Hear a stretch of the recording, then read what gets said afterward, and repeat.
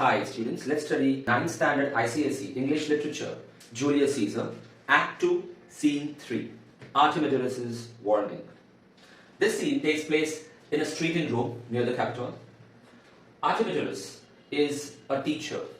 Now he has received a letter anonymously about the assassination attempt on Caesar.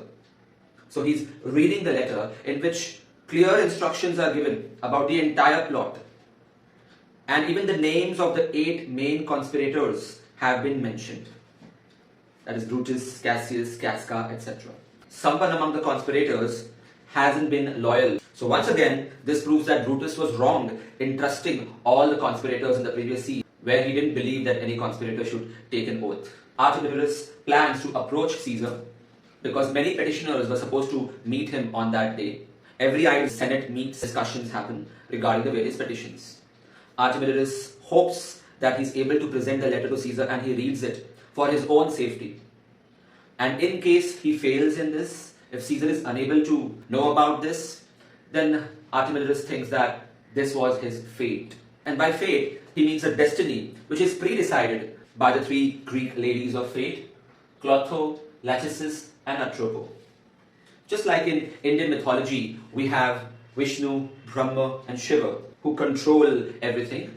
Similarly, this trinity controls the fate of all humans. It's a mythology. Next, let's study scene 4. Again, a very small scene. It takes place in a street in Rome, but this time near Brutus's house.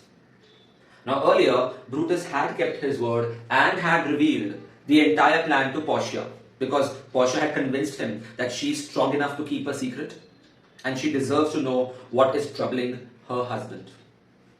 But now Portia is very anxious, so anxious that she tells Lucius to go and find out. But even before she could tell him what to find out, she stops herself. She's in a conflict. She admits that she has the mind of a man. She's mentally tough. But she has a heart of a woman. That is, she's sensitive. So she's finding it difficult to stop herself from spilling the beans on the plan because she loves her husband so much. She wants to know, has Brutus's plan succeeded or has he been caught?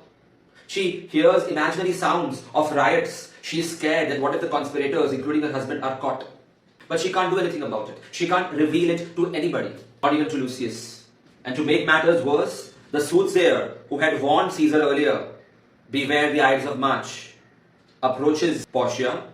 And when Portia asks him indirectly if he knows about the conspiracy, if he knows if Caesar's life is in danger, he says that he does not know the exact details, but he does believe that something is amiss and he's going to the Capitol with a petition to convince Caesar to have more protection around him. However, he cannot take the usual route because it is very crowded. There are so many petitioners and he will get suffocated. So he plans to take a different route. Albeit, he will be too late.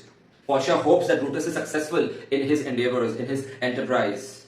But on realizing that Lucius might be listening to her, she pretends and tells Lucius that Brutus is about to present a petition to Caesar, which will most likely be shot down by Caesar. So that is what she's worried about. So she wants him to go check about Brutus's health and come back with all information about Brutus and about Caesar.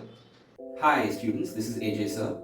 If you like this video, press the like button. If you would like to enroll for my online test series or online lectures, email me or message me on Instagram. Check the description for more information.